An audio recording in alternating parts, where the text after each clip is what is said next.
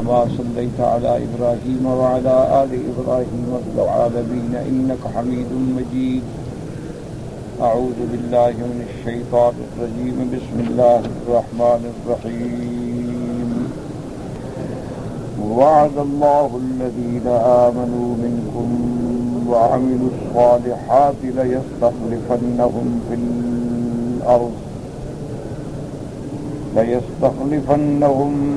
الأرض كما استخلف الذين من قبلهم وليمكنن لهم دينهم الذي ارتضى لهم وليبدلنهم من بعد خوفهم أمنا يعبدونني لا يشركون بي شيئا ومن كفر بعد ذلك فأولئك هم الفاسقون. آیات استخلاف کے بارے میں نے اپنے معروضات دروس سابقہ میں عرض کیے تھے. ان آیات کی شان نزول کے بارے میں سلف صالحین رضوان اللہ علیہم اجمعین فرماتے ہیں کہ ابتدائے اسلام کا دور جو تھا وہ مسلمانوں کے لیے بڑا مشکلات کا دور تھا. 13 سالہ مکی زندگی جو ہے اس میں ایک دن بھی سکون نصیب نہیں ہوا، حتیٰ کہ صحابہ کرام کو ہجرت حبشہ کرنی پڑی، پھر ہجرت مدینہ منورہ. تو یہ سارا دور جو ہے خوف کا، آلام و مصائب کا، ابتلا کا دور. پھر حضور صلی اللہ علیہ وسلم ہجرت فرمانے کے بعد مدینہ منورہ تشریف لائے تو مدینہ منورہ میں بھی یہود نے مقابلہ کیا. یہودیوں کی چونکہ بہت بڑی طاقت تھی، 3 بڑے بڑے قبائل ان کے مدینہ منورہ میں ڈیرے ڈال کے بیٹھے تھے. بنی قینقاع تھے، بنو نذیر تھے اور بنی قریظہ. اس کے بعد پھر بھی چین نہ ملا کہ ان منافقوں نے مکے والوں سے مل کر حملہ کروایا، جس کے جنگ احد کا واقعہ پیش آیا. 70 صحابہ شہید ہو گئے رضوان اللہ علیہم اجمعین. اسی طرح پھر تمام احزاب نے جمع ہو کے مدینے پہ چڑھائی کر دی، جسے غزوۃ الاحزاب یا غزوہ خندق کہا جاتا ہے.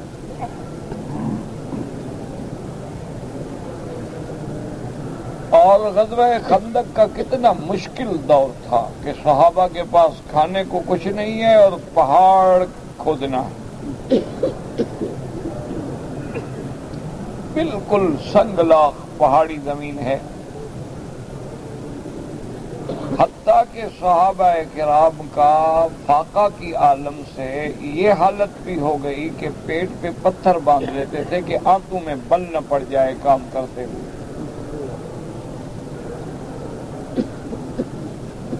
تو بعض صحابہ کرام نے حضور صلی اللہ علیہ وسلم سے سوال کیا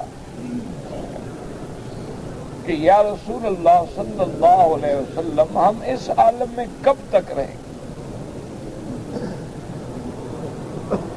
ہمیشہ ہمارے لیے یہی حال ہوگا؟ تو اللہ تبارک و تعالی نے یہ آیت اتاری کہ اپنے مومنین کو، صحابہ کو خبر دے دیں کہ وہ اطمینان کریں، ہم ان کو زمین کی خلافت دیں، ہم ان کا خوف ہمیشہ کے لیے ختم کر دیں گے، ہم ان کو عزت دیں گے، ان کو رفعت دیں گے. تو ان حالات میں یہ آیت استخلاف جو ہے نازل. اب اس آیت مبارکہ میں غور کریں تو آپ کو کیا چیزیں معلوم ہوں گی. ایک تو اللہ کا وعدہ ہے،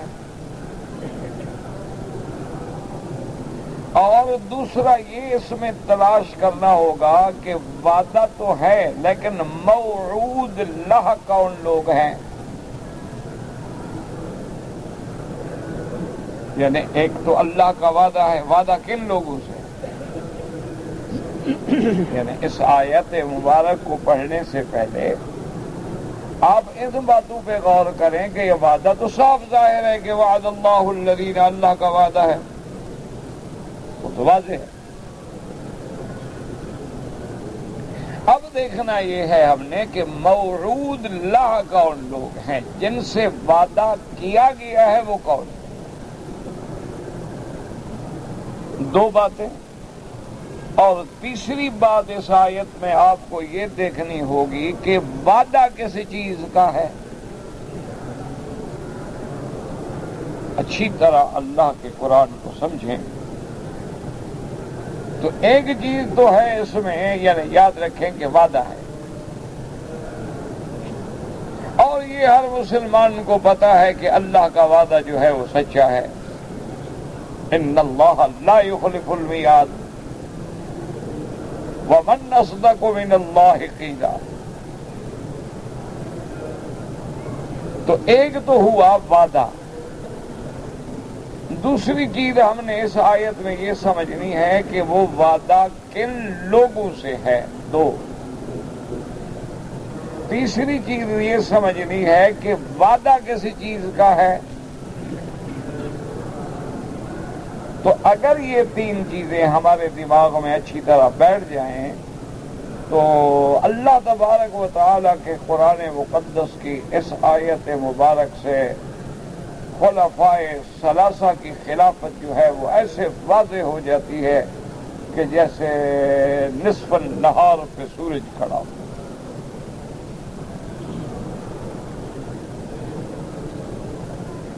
اللہ نے ارشاد فرمایا کہ ایک تو وعدہ ہے. اب آگے خود اسی الفاظ پہ غور کریں کہ وعد اللہ الذین آمنوا منکم. وعدہ کن لوگوں سے ہے؟ جو لوگ ایمان لائے. صرف ایمان نہ، ایمان تو آپ بھی لے آئے، ہم بھی لے آئے الحمدللہ. آپ اللہ کے قرآن، اسی لیے تو بہت بڑا دھوکہ ہے نا. اب روافض دیکھیں نا، اس آیت سے کہتے ہیں کہ وعدہ تو ہے خلافت کا، لیکن وہ ہمارے 12 امام ہیں اور آخری مہدی ہیں.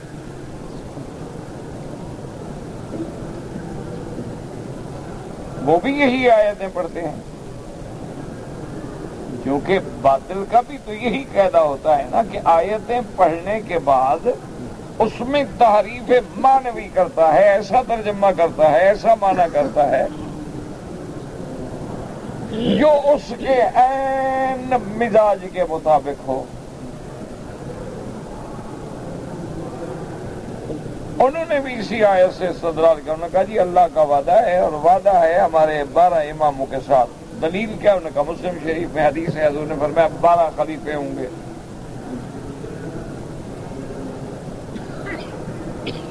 اس لیے ہمارے امام جو ہیں وہ 12 ہیں.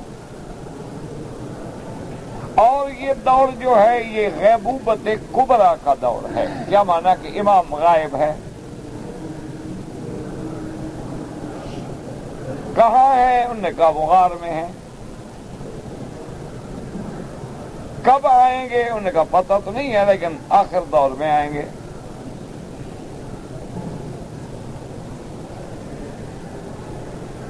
تو اب اگر آپ قرآن پہ غور کریں گے اور اللہ کے قرآن کو توجہ سے پڑھیں گے تو بات بالکل واضح ہو جائے گی. لیکن اگر آدمی قرآن میں غور ہی نہ کرے تو پھر تو سمجھ نہیں آ سکتا. اسی بات پہ غور کر لیں کہ وعد اللہ الذین آمنوا منکم. اللہ کا وعدہ ہے ان لوگوں سے جو ایمان لائے تم میں سے.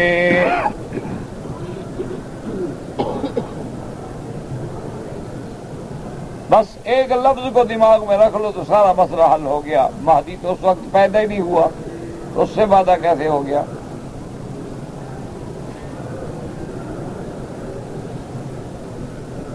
وعدہ تو ان لوگوں سے ہے جو ایمان بھی لائے ہیں اور تم میں سے، یعنی وقت نزول آیت وہ مومن بھی ہوں اور ہوں بھی صحابہ میں سے. آمنو منکم. اور اگر ہم اس کو مثلاً عام کر دیں کہ قیامت تک کے لیے جو تم میں سے مومن ہیں ان میں اللہ خلیفہ بنائیں گے تو پھر بھی ہمارا مسئلہ تو خراب نہیں ہوتا، کیونکہ ہمارے تو ائمہ کو خلافت ملی ہے. لیکن تمہارا دعویٰ تو پھر بھی ثابت نہیں ہوتا کہ تم جن کو 12 امام بناتے ہو ان کو تو کبھی کسی نے مسجد کی خلافت بھی نہیں دی کہ جائے کہ ملک کی خلافت ملی ہو. تمہارے بقول حضرت حسن نے صلح کر لی، اس کی خلافت کو تم خود نہیں مانتے. وہ کہتے ہیں کہ اس نے تو ہمارا منہ کالا کر دیا، حضرت معاویہ سے صلح کر لی. چلو اس کی خلافت تو تمہارے ہاں گئی. حضرت حسین خلافت لینے گئے تو شہید کر دیے گئے، بات ختم. ان کو بھی ایک دن خلافت نہ ملی. اچھا وعدہ ہے اللہ میاں کا.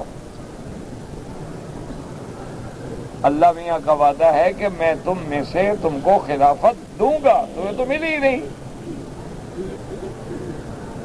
بلکہ ان کے عقیدے میں تو یہ بھی لکھا ہے، بعض کتابوں میں باقاعدہ انہوں نے لکھا ہے کہ حضرت علی کو بھی خلافت جو ہے وہ کہتے ہیں ان کو بھی گویا نہیں ملی.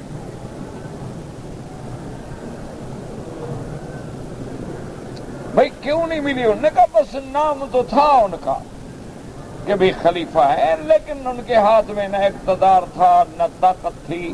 اگر طاقت ہوتی تو وہ متع حلال کرتے، ان کے پاس طاقت ہوتی تو کم از کم فدق تو دے دیتے اپنی اولاد کو. فدق نہ دے سکے، متع حلال نہ کر سکے، وہ تو بس تقیے کی زندگی گزارتے رہے یا لڑتے پھرتے زندگی گزر گئی. کہتے خلافت ان کو بھی نہیں ملی، حسین العابدین کو بھی نہیں ملی، محمد باقر کو بھی نہیں ملی. تو ملی کس کو؟ اللہ کا وعدہ کدھر گیا؟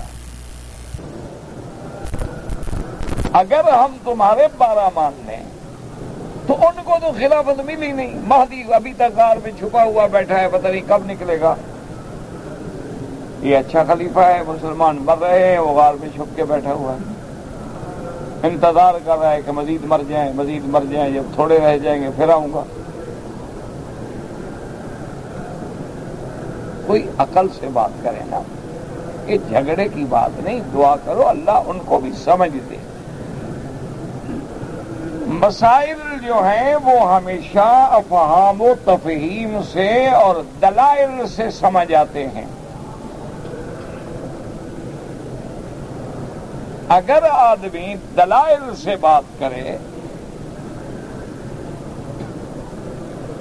اگر آدمی سمجھانے کا جذبہ رکھے، بات کرنے والے کی نیت بھی ہو کہ میں نے سمجھانا ہے، الجھانا نہیں، اور آگے یا جو آدمی ہے اس کی بھی نیت ہو میں نے سمجھنا ہے، میں سائل ہوں، میں معاند نہیں کہ بس بات سے بات اعتراض کرتا جاؤں گا. وہ تو ایک مسئلہ مشہور ہے نا کہ ایک آدمی گیا اور انہوں نے پوچھا کیا حال ہے؟ اس نے کہا جی میں اس دفعہ گیا تھا لاہور سیر کرنے کے لیے، سارے لاہوریوں کو جھوٹا کر کے آ گیا ہوں. کہا بھائی کمال ہے، ایک آدمی سارے لاہوریوں کو جھوٹا کیسے؟ انہوں نے کہا وہ جو کہتے تھے میں نہیں مانتا تھا، بس جھوٹے ہو گئے.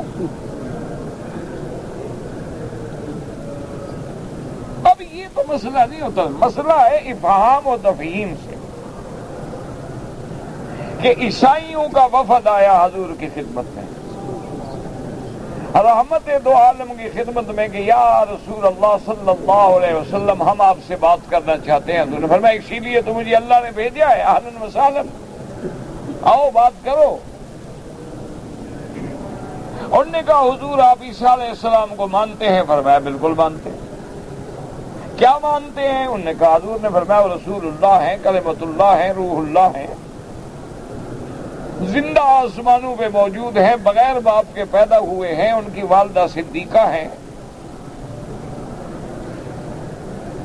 انہوں نے کہا کہ یا رسول اللہ صلی اللہ علیہ وسلم آپ کی باتیں سننے کے بعد ہم اس انداز پہ پہنچے ہیں کہ آپ کا ہمارا مسئلہ سلو ہو سکتی ہے.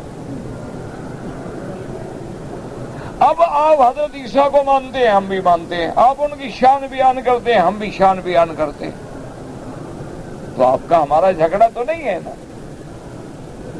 اب صرف ہمیں ایک بات کا جواب دے دیں کہ عیسیٰ علیہ السلام کو آپ کے بقول اللہ نے بغیر باپ کے پیدا کیا، تو کیا پورے عالم میں، پوری کائنات میں کوئی اور بھی بندہ ہے جو بغیر باپ کے پیدا ہوا ہو؟ اگر ہے تو آپ ہمیں دکھا دیں، اگر نہیں ہے تو ہمارا دعویٰ مان لیں کہ اللہ کا بیٹا ہے۔ حضور صلی اللہ علیہ وسلم فرمایا ہاں بالکل ٹھیک ہے۔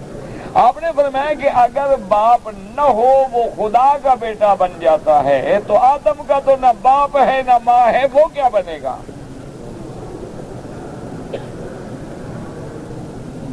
صرف باپ نہ ہو تو بندہ بن جائے خدا کا بیٹا، اور جس کا باپ بھی نہ ہو ماں بھی نہ ہو تو خدا بن جائے، پھر بھی تو آدم کا بیٹا بنا نا عیسیٰ علیہ السلام۔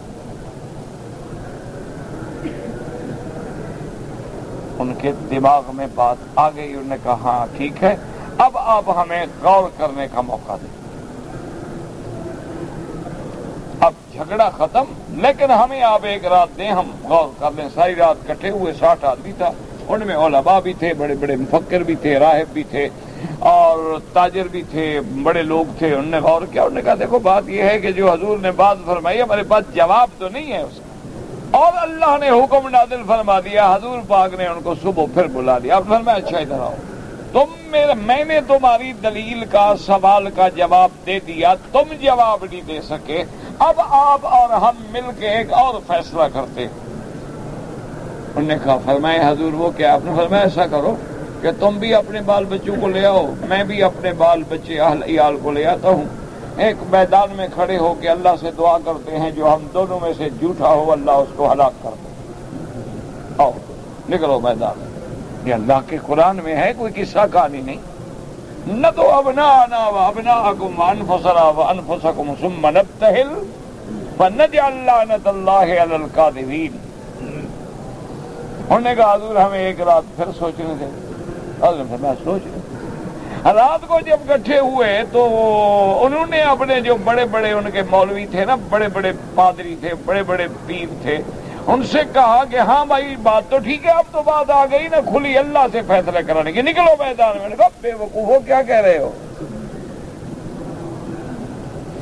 کہا کیوں؟ انہوں نے کہا اگر ہم میدان میں نبی کے مقابلے پہ نکلیں گے، وہ اللہ کا سچا نبی ہے، اللہ ہمیں اسی وقت برباد کر دیں گے۔ کیا بے وقوفی کر رہے ہو؟ انہوں نے کہا بے وقوفی تو ہم نہیں کر رہے، مانا یہ ہے کہ آپ لوگ ہمیں ہمیشہ جھوٹ پہ رکھا، کیا کریں؟ انہوں نے کہا سلو کرو، بس بہانہ بنا لو کہ یا رسول اللہ بد دعا اچھی نہیں ہوتی، قسم جیسے ہمارے کہتے ہیں نا لوگ، اور جی جھوٹی قسم بھی لڑتی ہے، سچی قسم بھی لڑتی ہے، اللہ سچی قسم بھی لڑتی ہے، جھوٹی اچھا فیصلہ ہے اللہ کا۔ بھئی تم سچے ہو تو قسم کھانے میں کیا لڑتی ہے؟ ہاں اگر تم جھوٹے ہو تو پھر جھوٹی قسم کھاؤ تو لازمی بات ہے کہ اللہ پکڑیں گے۔ اگر آدمی قسم سچی کھا رہا ہے تو اللہ کے نبی نے 1000 دفعہ قسم کہی کہ والذی نفس محمد بیدہ، مجھے اس ذات پاک کی قسم ہے جس کے قبضہ قدرت میں میری جان ہے۔ اللہ نے قسمیں کھائی ہے کہ محمد مصطفیٰ مجھے تیرے شہر کی بھی قسم ہے، لا اقسم بہذا البلد وانت حل بہذا البلد۔ تو سچی قسم کا کیا؟ انہوں نے کہا پتہ ہم سچے ہیں تو چلو قسم کھائیں۔ انہوں نے کہا نہ قسم کیسے کھائیں؟ تو کیا کریں؟ انہوں نے کہا بس ہم حضور سے معافی مانگتے ہیں۔ آگے انہوں نے کہا یا رسول اللہ بہرحال آپ کو اللہ نے بڑی شان دی ہے، اچھا نہیں لگتا کہ ہم قسمیں کھائیں اور اللہ سے عذاب کی دعا کریں، اللہ پاک عذاب نازل کریں، اللہ لعنت کریں، تو اچھا بس ٹھیک ہے ہم آپ سے سلو کرتے ہیں، آپ اپنے دین پہ رہیں ہم اپنے دین پہ رہتے ہیں، لیکن ہم آپ کے تابع ہوں گے اور ہم آپ کے لیے معین کر دیتے ہیں کہ سالانہ ہم آپ کو اتنا جزیہ ادا کریں گے، آپ کی ہماری لڑائی نہیں ہوگی۔ تو میرا بھائی بات ہے عقل کی، دلائل کی، لڑائی کی بات نہیں ہے۔ تم کہو ہمارے 12 امام ہیں، دوسرے کھڑے ہو جائیں وہ کہیں ہمارے 6 امام ہیں، اور لوگ کھڑے ہو جائیں وہ کہیں ہمارے امام ہیں، اہل سنت کہیں ہمارے، کوئی جھگڑے کی بات نہیں، تو اللہ کا قرآن ہے، اس میں غور کر لیں۔ اللہ نے فرمایا وعد اللہ الذین آمنوا منکم وعملوا الصالحات لیستخلفنہم فی الارض۔ اللہ نے فرمایا وعد اللہ، یہ اللہ کا وعدہ ہے کن لوگوں سے؟ الذین آمنوا منکم، جو ایمان لائے تم میں سے۔ تو معلوم ہوا کہ اس آیت کا وعدہ سب سے پہلے ان لوگوں سے ہے، اگر سارے ایمان والوں سے بھی ہو کوئی بات نہیں، لیکن پہلے مخاطب کون ہے؟ اصحاب رسول اللہ، کہ الذین آمنوا منکم وعملوا الصالحات۔ اللہ نے یہ نہیں فرمایا الذین آمنوا، یا یہ نہیں فرمایا الذین یؤمنون، ماضی کا صیغہ ہے۔ اگر ہم مہدی مراد لیں تو مہدی تو آئے گا، وہ تو مستقبل کی بات ہے، ماضی کے صیغے سے اس کا کیا جوڑ ہے؟ قرآن نے فرمایا الذین آمنوا، جو لوگ ایمان لا چکے ہیں۔ آیت جب اتری ہے وہ اس وقت ایمان، تو مہدی تو پیدا نہیں ہوا، زین العابدین تو پیدا نہیں ہوئے، محمد بن باقر پیدا نہیں ہوئے، جعفر صادق پیدا نہیں ہوئے۔ قرآن تو ان کے ساتھ وعدہ کر رہا ہے جو آیت اترنے کے وقت میں ایمان لا چکے ہیں۔ الذین آمنوا منکم، اور پھر صرف یہ نہیں فرمایا کہ آمنو، بلکہ فرمایا وعملوا الصالحات۔ صرف ایمان نہیں بلکہ ان کے عمل بھی اچھے۔ اب یہ تو پتہ لگ گیا کہ وعدہ اللہ کا وعدہ ہے کن سے ہے؟ جو آیت اترنے کے وقت میں ایمان لا چکے ہیں۔ اور وعدہ کیا ہے؟ لَيَسْتَخْلِفَنَّهُمْ فِي الْأَرْضِ، وعدہ ان سے یہ ہے کہ ہم ان کو زمین میں خلافت دیں گے۔ پہلی چیز کیا ہوگی؟ لَيَسْتَخْلِفَنَّهُمْ فِي الْأَرْضِ، زمین میں خلافت۔ اس کا معنی یہ نہیں ہوتا کہ کسی مسجد کا امام بنا دیں گے، اس کا مقصد یہ نہیں ہوتا کہ ہم لوگوں کے دل میں محبت ڈال دیں گے، لوگ عقیدت کے ساتھ ان کو چومیں گے، بلکہ اس کے لیے ضروری ہے کہ ان کو زمین پہ حکومت ملے، اقتدار ملے۔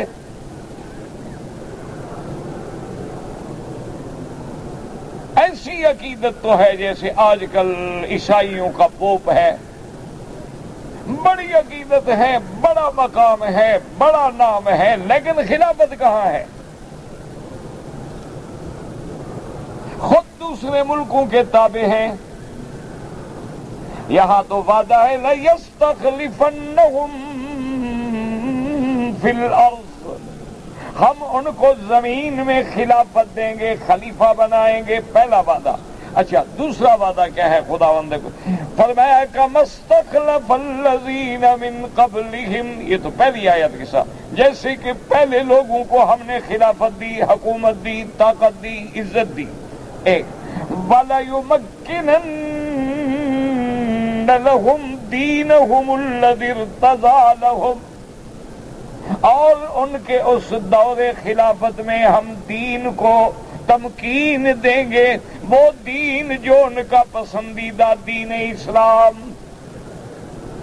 ایک تو ان کو زمین میں خلافت دیں گے، اور دوسرا دین بھی تمکین، دین طاقت پکڑے گا۔ اور تیسری نعمت کیا دیں گے؟ فرمایا وَلَيُبَدِّلَنَّهُمْ، وَلَيُبَدِّلَنَّهُم مِّن بَعْدِ خَوْفِهِمْ أَمْنًا، اور تیسری نعمت یہ دیں گے کہ خوف کے بعد ہم ان کو امن دیں گے، کہ ان کی خلافت کے زمانے میں امن ہوگا، اسلام غالب ہوگا، کسی قسم کا کفر سے خوف نہیں ہوگا، دہشت نہیں ہوگی، مشرکین و یہود کا کوئی ڈر نہیں ہوگا۔ یہ تین چیزیں دیں گے، اور یہ ساری نعمتیں کیوں دیں گے؟ فرمایا یعبدوننی لا یشرکون بی شیئا، یعبدوننی خالص میری عبادت، لا یشرکون بی شیئا، میرے ساتھ کسی چیز کو بھی شریک نہ بنائیں۔ یہاں سے پتہ چل گیا کہ صرف بتوں کو شریک کرنا نہیں ہوتا، بلکہ بتوں کو شریک کرو تو مشرک ہے، اگر اللہ کے ملائکہ کو بھی شریک کرو تو مشرک ہے، انبیاء اولیاء کو بھی شریک کرو تو مشرک ہے، کیونکہ یعبدوننی لا یشرکون بی شیئا، کسی چیز کو، وَاعْبُدُوا اللَّهَ وَلَا تُشْرِكُوا بِهِ شَيْئًا۔ یہ نہیں کہ جیسے لوگ دھوکہ دیتے ہیں کہ مشرک تو وہ تھے جو بتوں کی پوجا کرتے تھے، اللہ یہاں بت تو نہیں کہتا اگر کسی کو میرا شریک نہ بناؤ، کوئی چیز، وہ جاندار ہیں، وہ مردہ ہیں، وہ آسمانی مخلوق ہے یا زمینی مخلوق ہے، کسی کو میرا شریک، یعبدوننی ولا یشرکون بی شیئا ومن کفر بعد ذلک فاولئک هم الفاسقون۔ اللہ نے فرمایا اس کے بعد جو کفر کرے، یاد کرو کفر کے دو معنی ہیں، ایک کفر کا لغوی معنی ہے، ایک اصطلاحی معنی ہے۔ ایک اصطلاحی معنی کفر جو ہے وہ ایمان کے مقابلے میں ہے، یہ مومن ہے یہ کافر ہے۔ وَمَنْ شَاءَ مِنْكُمْ فَلْيُؤْمِنْ وَمَنْ شَاءَ فَلْيَكْفُرْ، جیسے اللہ نے فرمایا پہلی سورت میں دیکھ لیں کہ یؤمنون بما انزل الیک وما انزل من قبلک، اور آگے جا کے فرماتے ان الذین کفروا سواء علیہم اَأَنذَرْتَهُمْ أَمْ لَمْ تُنذِرْهُمْ لَا يُؤْمِنُونَ۔ وہاں کفر ایمان کے مقابلے میں ہے، اصطلاحی معنی میں ہے کہ اچھا ایک کفر کا معنی ہوتا ہے ناشکری کرنا، جیسے آج کل ہمارے ہاں محاورات میں بھی کہتے ہیں کفران نعمت، کہ بھئی یہ دیکھو یار یہ نعمتوں کا کتنا ناشکرہ ہے کہ اللہ نے ہمیں ہر نعمت دی ہے، اللہ نے آنکھیں دی ہیں، صحت دی ہے، حرم دیا ہے، کعبہ دیا ہے، اللہ پاک نے ہم کو نعمتوں سے نواز دیا ہے، اگر کبھی کوئی چھوٹا موٹی تکلیف آتی ہے، جھٹکا آتا ہے تو پھر ناشکری تو نہیں کرنی چاہیے نا، کہ ہر وقت تو اس کی نعمتیں ہی نعمتیں ہیں نا۔ ذرا غور کریں ایمان سے کہ اگر اللہ زبان نہ دے کیا کرتے؟ گونگوں گنگا گانگا کرتے پھرتے نا۔ اللہ کان نہ دیتا کیا سنتے؟ کوئی گالیاں دیتا رہے بیٹھے رہو۔ اللہ آنکھیں نہ دیتا اندھے ہو کے لکڑیاں پکڑ کے ٹھوکریں کھاتے پھرتے۔ مرضی آئے کوئی ادھر راستہ دکھا دے، مرضی آئے ادھر راستہ بتا دے۔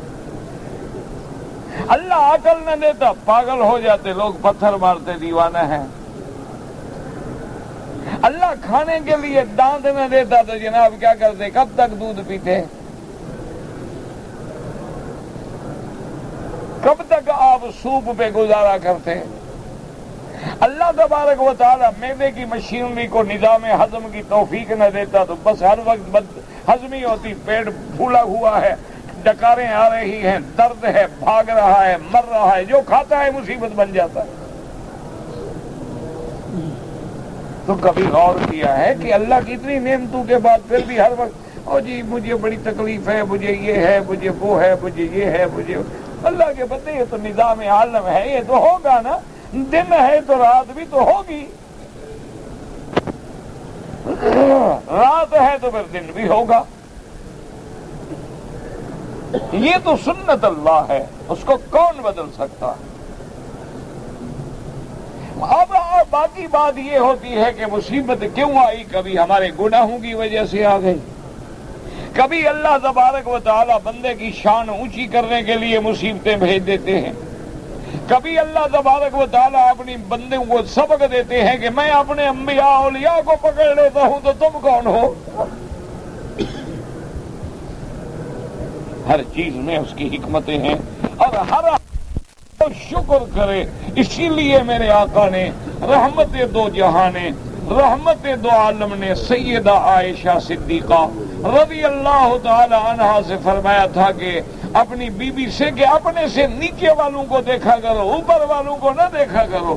اگر تم پیدل جا رہی ہو تو اس پہ نظر ڈالو جس کی ٹانگیں ہی نہیں ہیں، کار والے پہ نظر نہ ڈالو. خدا کا شکر کرو کہ اللہ نے ٹانگیں تو دی ہے نا، ورنہ میں بھی گھسٹ رہا ہوتا.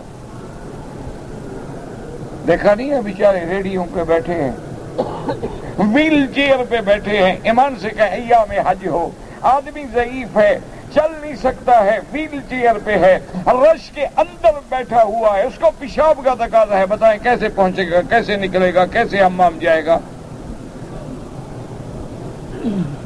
کون پکڑ کے حمام میں بٹھائے گا؟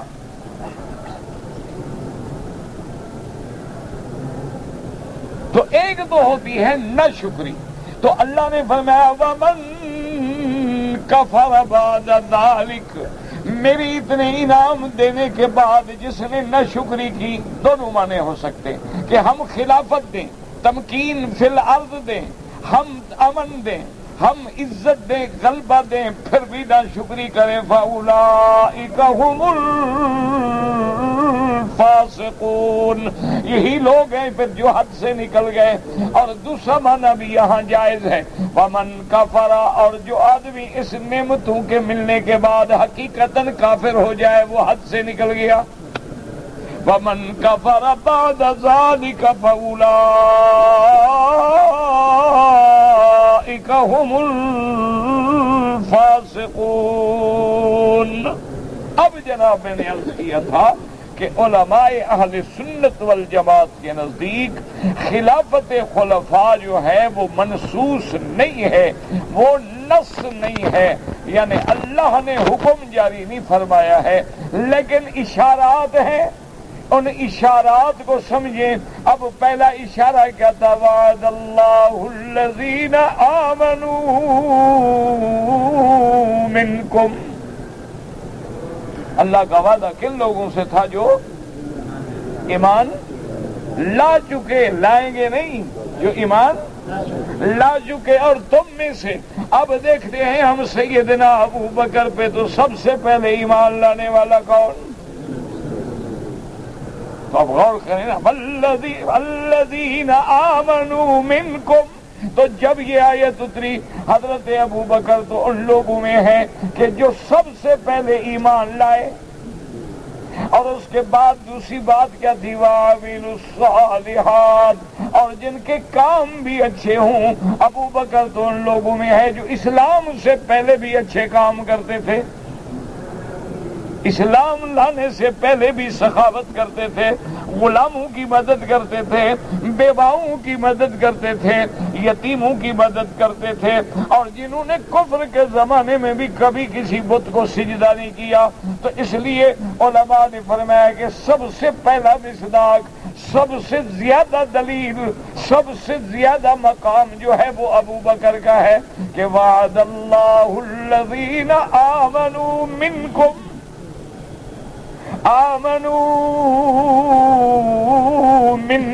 لَيَسْتَخْلِفَنَّهُمْ فِي الْأَرْضِ. ایک تو سب سے پہلے ایمان لانے والا ابو بکر. اچھا دوسرا خدا بندے کریم فرماتی ہیں محمد الرسول اللہ والذین معه محمد الرسول اللہ. اور وہ لوگ جو آپ کے ساتھ ہیں. آپ کے ساتھ کون تھے؟ صحابہ. آپ کے ساتھ کون ہے؟ صحابہ ہیں. اچھا جب ساتھ ہیں تو سب سے زیادہ قریبی ساتھ کون ہے؟ اب ہم نے قرآن پہ نظر ڈالی تو قرآن کہتا ہے ثانی اثنین ثانی اثنین اذ ہما فی الغار. اللہ نے یہ نہیں فرمایا اثنین، اللہ نے یہ نہیں فرمایا محمد و ابو بکر، اللہ نے فرمایا الا تنصروہ فقد نصرہ اللہ اذ اخرجہ الذین کفروا ثانی اثنین. دو میں سے دوسرا، یعنی ایسا رنگ چڑھا ہے اور ایسا صبغت اللہ میں رنگا گیا ہے، اللہ نے نبی کے ساتھ ملا کے ثانی اثنین فرما دیا ہے. اللہ اکبر. ورنہ تو کہہ دیتے نا آپ تھے اور ابو بکر تھا، آپ تھے اور آپ کا خادم تھا، آپ تھے اور آپ کا ساتھی تھا. فرمایا نا ثانی اثنین. اچھا کس کہاں تھے؟ آگے بات وضاحت کر دی اذ ہما فی الغار، یعنی ایسی جگہ بھی بتلا دی، اور وہ جگہ بھی ایسی ہے کہ جہاں ایک صدیق ہے اور ایک محمد مصطفیٰ ہے. تیسرا تو کوئی ہے نہیں نا. دشمن تو پہنچے نہیں، پہنچے تو پکڑ لیتے. اپنے جاتے نہیں تھے کہ ہم پکڑے، وہ تو صرف جاتے تھے خبر دینے کے لیے. اللہ اکبر. اچھا اس کے بعد دیکھیں قرآن کیا کہتا ہے؟ محمد رسول اللہ والذین معہ، اور جو لوگ میرے محمد کے معیت ہے، ساتھ ہے. اب جناب ابو بکر پہ نظر ڈالیں. اللہ تبارک و تعالیٰ کی شان دیکھیں کہ کیا معیت میں بھی سب سے زیادہ نمبر لینے والا کون ہے. اللہ فرماتے ہیں اذ یقول لصاحبہ لا تحزن، اذ یقول لصاحبہ لا تحزن ان اللہ معنا. اللہ ہم دونوں کے دوست. معیت میں بھی ابو بکر نمبر لے گیا نا، کہ حضور فرما رہے ہیں کہ آپ غم نہ کرو، اللہ جو ہم دونوں کے ساتھ ہے. اللہ یہ نہیں فرمایا کہ میرے ساتھ ہے، فرمایا ان اللہ معنا، اللہ ہم دونوں کے ساتھ ہے. تو معیت میں بھی نمبر لے جانے والا صدیق، ایمان میں بھی نمبر لے جانے والا صدیق، و عامل الصالحات، اور اعمال صالحہ میں بھی نمبر لینے والا کون ہے؟ اب غور کریں حدیث مبارک میں. اللہ اکبر. حضور صلی اللہ علیہ وسلم نے جب چندہ جمع فرمایا غزوۃ الاسریٰ کے موقع پر، تو حضرت عمر فرماتے ہیں کہ آج میں دل میں بڑا خوش ہوا کہ آج میں ابو بکر سے بازی لے جاؤں گا. کہنے لگے میں دل میں بڑا خوش ہوا کہ آج میرے گھر میں بہت مال ہے، دولت ہے، پیسہ ہے، آج میں ابو بکر کو نہیں نمبر لینے دیتا. تو فرماتی ہے میرے گھر میں جتنی مال تھا نا سارا میں نے آدھا کر دیا، آدھا گھر چھوڑا اور آدھا لے آیا حضور کے دربار میں پیش کر. حضرت عثمان غنی رضی اللہ تعالی عنہ نے 3000 مجاہدین کا خرچہ برداشت کیا کہ ان کے اونٹ، خرچہ، سامان، سب کچھ حضرت عثمان نے کہا میرے ذمہ ہے. اور پھر حضور کے سامنے سونے چاندی کے دراہم کا ڈھیر لگا دیا. حضور اپنی گود میں ایسے اچھال رہے ہیں، مسکرا رہے ہیں اور فرما رہے ہیں ما ضر عثمان، عثمان آج کے بعد تمہیں کوئی ڈر نہیں، جو کچھ مرضی آئے کرو، تیری جنت کا اللہ فیصلہ کر چکا. اب دیکھیں بڑا مقام ہے. حضور نے حضرت عمر سے پوچھا بھی تم کیا چندہ لائے؟ اس نے کہا یا رسول اللہ میرے گھر میں جو کچھ تھا میں نے آدھا آدھا کر دیا، آدھا آپ کی دربار میں ہے اور آدھا گھر چھوڑا ہے. حضور بڑے خوش ہوئے، بہت مال تھا.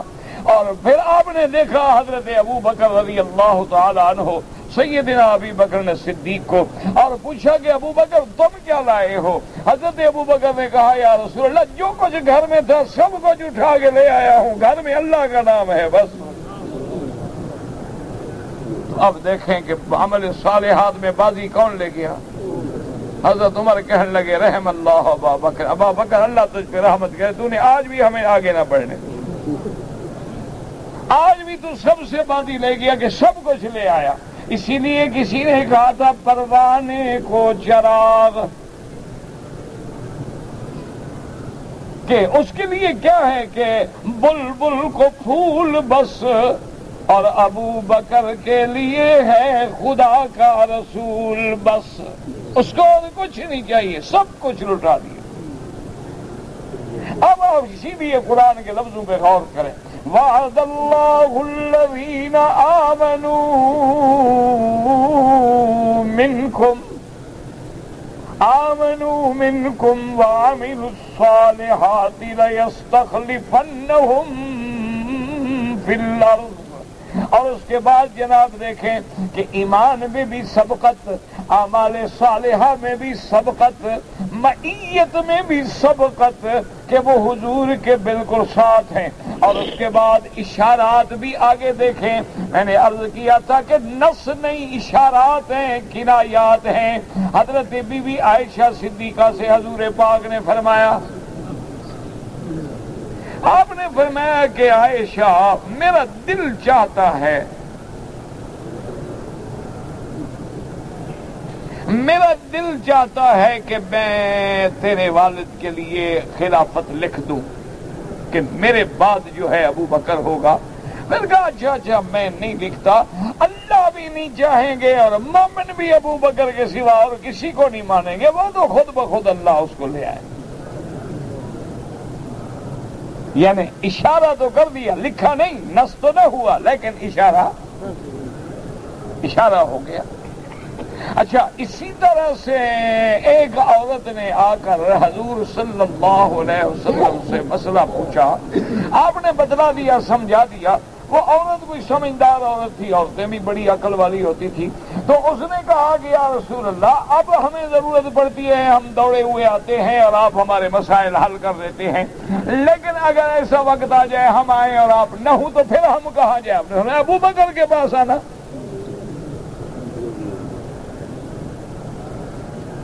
تو اشارہ ہمیں مل گیا کہ اگر میرے بعد امت کو کوئی مشکل مسئلہ پیش آئے تو کون حل کرے گا؟ ابو بکر حل کرے گا۔ تو یہ اشارات ہیں، یہ کنایات ہیں، یہ قدرت کی طرف سے انعامات ہیں۔ اصل بات انہی اشارات کو سمجھنے والی تھی کہ جیسے حضور پاک صلی اللہ علیہ وسلم نے اپنی بیماری کے دوران میں جب آپ پہ غشی طاری ہو جاتی تو ٹھنڈے پانی کے مشکیزیں ڈالے جاتے میرے آقا پہ، حضور کو ذرا افاقہ ہوتا، فرماتے کیا لوگوں نے نماز پڑھ لی ہے؟ بیویوں نے عرض کیا لا یا رسول اللہ لوگ انتظار میں بیٹھے ہیں، حضور صحابہ انتظار میں ہیں، نماز ابھی نہیں ہوئی۔ آپ نے پھر بے ہوشی ہو جاتی، پھر پانی ڈالتے، پھر حضور پوچھتے کیا ہوا نماز؟ انہوں نے کہا حضور صحابہ انتظار میں ہیں۔ آخر حضور نے فرمایا مروا ابا بکر فلیصلی بالناس، ابو بکر کو کہہ دو میری طرف سے کہ لوگوں کو نماز پڑھائے، اب میرے آنے کی طاقت نہیں رہی۔ بہرحال یہ ایک بڑا لمبا واقعہ ہے۔ اصل بات جو میں نے کہنی تھی کہ اصل ہے اشارات سمجھنے والے، تو جب حضور کے وفات مبارکہ کے بعد یہ مسئلہ خلافت پیش ہوا تو سب سے پہلے اب نام تو تھا کسی کا نہیں،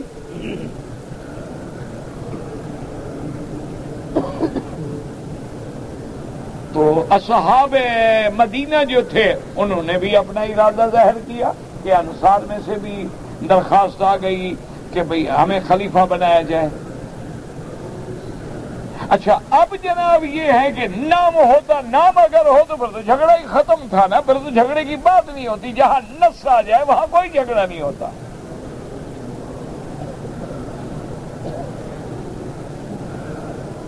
تو اب جناب جب دونوں طرف سے مہاجرین کے نام بھی سامنے آئے، انصار کا بھی سامنے آیا، تو ایک صحابی نے حضور کی حدیث سے اشارہ پکڑا، اس نے کہا بھئی بات سنو، کہ جس کو خلیفہ بناؤ اور جس کو صحابہ چن لیں گے آمنا باللہ اولو الامر کی ہم اطاعت کریں گے، لیکن حضور کا ایک فرمان تھا کہ لا خلافت الا فی قریش، کہ میرے بعد اگر خلیفہ بناؤ تو کسی قریشی کو بنانا، نام نہیں، بس قریش کا نام ہے۔ تو مدینے والے نے کہا کہ بھائی جب قریش کی پابندی ہو گئی تو بات ختم، اب تو جو بھی بنے گا مہاجرین میں سے بنے گا، ہم میں سے تو بن نہیں سکتا، ہم قریش تو ہیں نہیں۔ تو اشارہ مل گیا، تو لہذا اوس خزرج کے قبائل، انصار کے قبائل جو تھے، انہوں نے اپنی درخواست واپس لے لی کہ بھئی خلافت آنی ہے قریش میں، ہم قریش نہیں ہیں۔ اب چلو قریش کی بعد کے اشارات تو ہمیں مل گئے، اب قریش میں سے تو ماشاءاللہ سارے قریشی ہیں، اب ہم نے اس قریش میں سے ڈھونڈنا ہے جو رحمت دو عالم کی وفات کے بعد فوراً مسند خلافت میں متمکن ہو جائے۔ تو اس کے لیے مزید اشارات پہ نظر دوڑائی گئی، تو حضرت عمر نے کہا کہ بھائی بات سنو، میں ایک بات کہتا ہوں، میری بات پہ غور کرو۔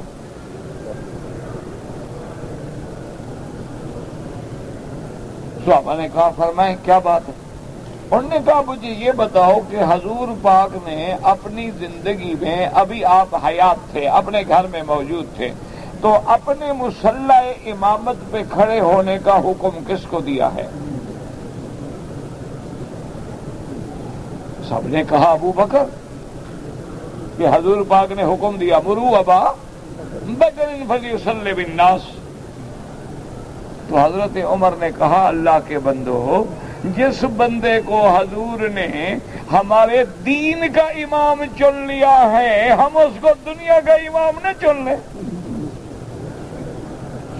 تو آپ نے اشارہ تو کر دیا ہے، ہمیں اپنے مصلی پہ تو حضور نے کھڑا کر دیا ہے زندگی میں۔ تو یہ اشارات ہیں۔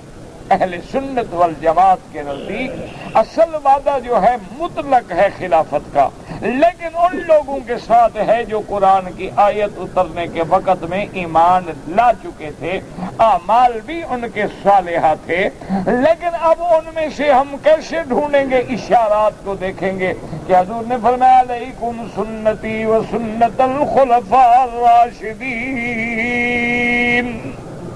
تو خلفاء راشدین کا ذکر کر دیا، نام نہیں لیا۔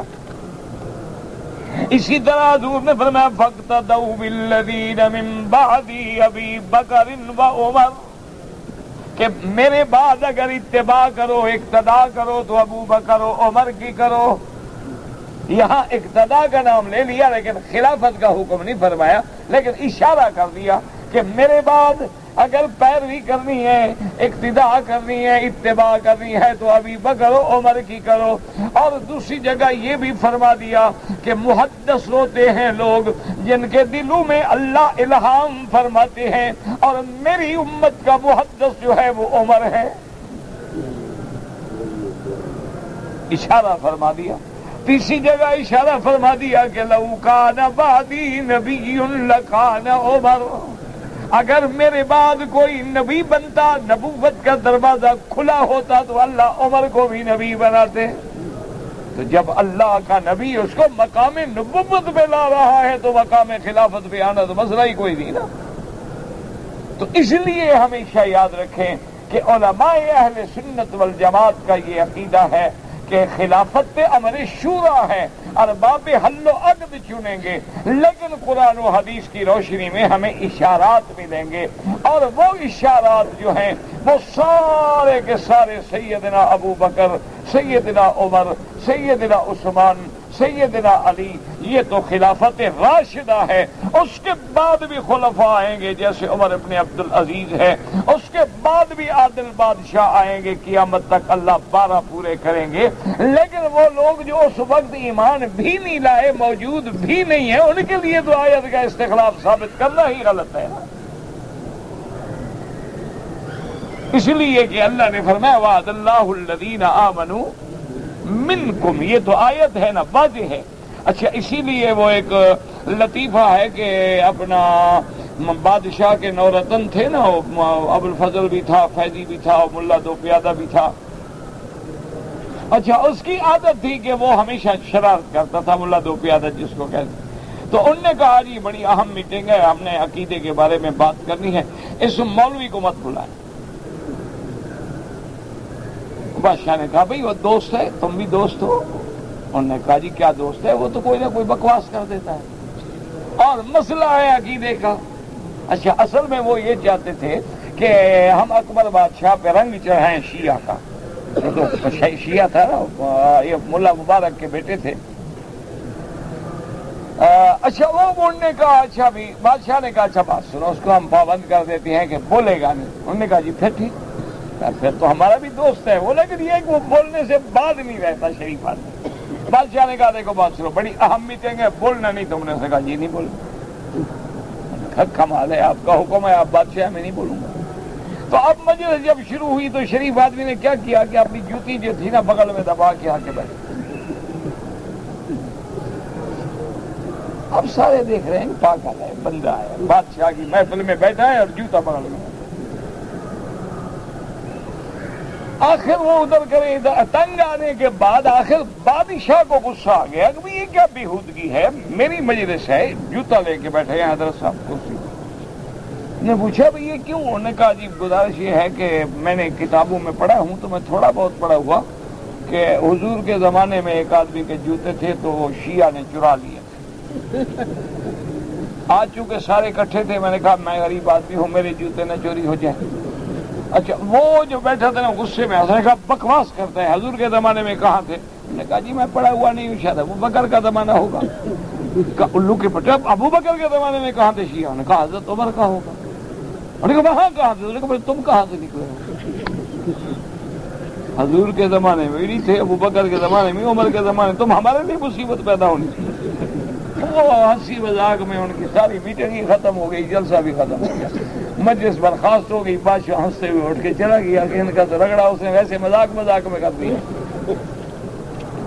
تو اس لیے ہمیشہ یاد رکھیں کہ وعد اللہ الذین آمنوا منکم، یہ شرط ہے، آمنوا صیغہ ماضی ہے، منکم لیستخلفنہم فی الارض کما استخلف الذین من قبلکم وَلَيُمَكِّنَنَّ لَهُمْ دِينَهُمُ الَّذِي ارْتَضَىٰ لَهُمْ وَلَيُبَدِّلَنَّهُم مِّن بَعْدِ خَوْفِهِمْ أَمَنًا يَعْبُدُونَنِي لَا يُشْرِكُونَ بِي شَيْئًا وَمَن كَفَرَ بَعْدَ ذَلِكَ فَأُولَٰئِكَ هُمُ الْفَاسِقُونَ وَاللَّهُ أَعْلَمُ۔ اللہ اکبر، اللہ اکبر۔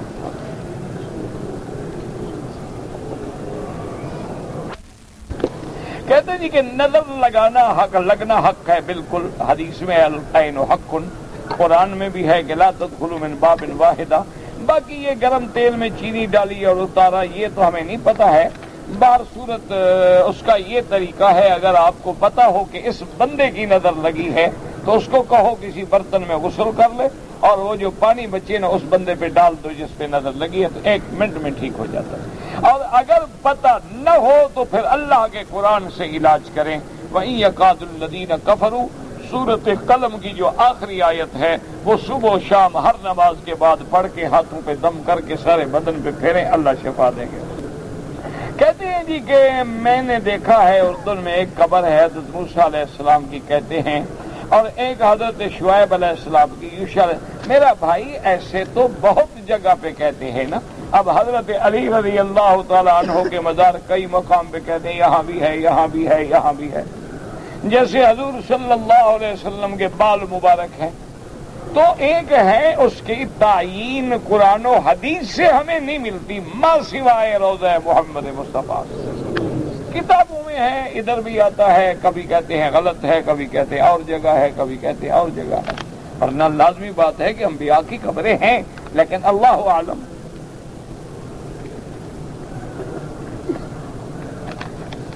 پتہ نہیں کیا آپ نے لکھا، اخلاق کی بات، جیسا سوال ہو نا جواب ویسے دیا جاتا ہے، اصولی بات۔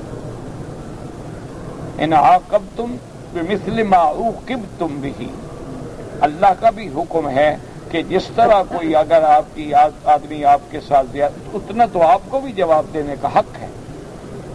فعاقبوا بمثل ما عوقبتم به. اگر ایک آدمی مدینہ منورہ زیارت کے لیے گیا ہے اور اس کا اور کوئی کام نہیں اور عمرہ نہیں کیا، تو امام ابو حنیفہ رحمۃ اللہ علیہ کے نزدیک عمرہ بھی کرے اور ایک دم بھی ادا کرے. اور امام احمد بن حنبل رحمۃ اللہ فرماتے ہیں کہ اگر اس کی نیت عمرے کی نہیں تھی تو پھر دم نہیں پڑے گا. میری والدہ بیمار ہیں، اللہ ہر بیمار کو شفا عطا فرما. اللہم اشفنا واشف مرضانا ومرضى من اوصانا ومرضى المسلمین. اللہ تبارک و تعالی ہر مسلمان کی حاجتیں پوری فرما دے. اللہم یسر امورنا فرج همومنا اقض حاجاتنا یا قاضی الحاجات یا سمیع الدعاء یا مستجیب الدعوات. میرا والد مرحوم کا فرض حج ہو گیا تھا، میں نے والد کے لیے حج بدل کیا تو حج نفل. اگر آپ مکے کے رہنے والے ہیں تو آپ کے ذمہ نہ بکری تھی نہ روزے تھے. اگر آپ نے تمتع کیا تھا تو پھر آپ نے اچھا کیا، بکری نہیں تھی 10 روزے رکھ لیے. میں بہت عاجز انسان ہوں، ہر آدمی عاجز ہے، ہر آدمی خطا کار ہے، ہر آدمی کلنا خطاؤن، اور ہر آدمی عاجز ہے، ہر آدمی محتاج ہے، ہر آدمی فقیر ہے. غنی تو صرف اسی کی ذات ہے. یا ایھا الناس انتم الفقراء الی اللہ. تو اس لیے سب اللہ سے دعا فرمائیں کہ یا الہ العالمین، یا ارحم الراحمین، یا اللہ عالم اسلام پہ رحم فرما. اللہم ارحم امت محمد صلی اللہ علیہ وسلم. اللہم اغفر امت محمد صلی اللہ علیہ وسلم. اللہم اجبر امت محمد صلی اللہ علیہ وسلم. یا شافی یا سلام. اللہم رب الناس مذہب الباس اشف انت شافی لا شفاء الا شفاؤک شفاؤک لا یغادر سقما. اللہم اشفنا واشف مرضانا ومرضى من اوصانا واستوصانا ومرضى المسلمین. اللہم انا نعوذ بک عن البرص والجذام وعن سیء الاسقام. اللہم انا نعوذ بک عن جہد البلاء ودرک الشقاء وسوء القضاء وشماتة الاعداء. اللہم وفقنا لما تحب وترضى. اللہم لا تجعلنا مزغة للواجفین. اللہم لا تجعلنا أكلة للآكلین. اللہم لا تجعلنا فتنة للقوم الظالمین. اللہم انصر الاسلام والمسلمین. اللہم اہلک اعداءک اعداء الدین من اليہود والہنود الوثنیین والکفار والمشرکین والمستہزئین. اللہم انزل علیہم بأسک الذی لا يرد عن القوم المجرمین. اللہم ارنا فیہم عجائب قدرتک. اللہم ارنا فیہم عجائب قدرتک. اللہم انہم لا يعجزونک. اللہم انہم لا يعجزونک. اللہم احفظ سائر بلاد المسلمین وهذا البلد الامین فاجعلها آمنا مطمئنا سخاء رخاء الى يوم الدین برحمتک یا ارحم الراحمین. یا حی یا قیوم برحمتک نستغیث. اللہم انت اللہ لا الہ الا انت الغنی ونحن الفقراء. اللہم انزل علینا الغیث ولا تجعلنا من القانتین. اللہم انزل علینا الغیث ولا تجعلنا من القانتین. اللہم انزل علینا الغیث ولا تجعلنا من القانتین. اللہم لا تردنا عن بابک خائبین. اللہم لا تجعلنا من العائسین. اللہم اسقی عبادک وبلادک وبہائمک وانشر رحمتک یا ارحم الراحمین. یا حی یا قیوم برحمتک نستغیث. یا غیاث اغثنا. یا غیاث المستغیثین اغثنا.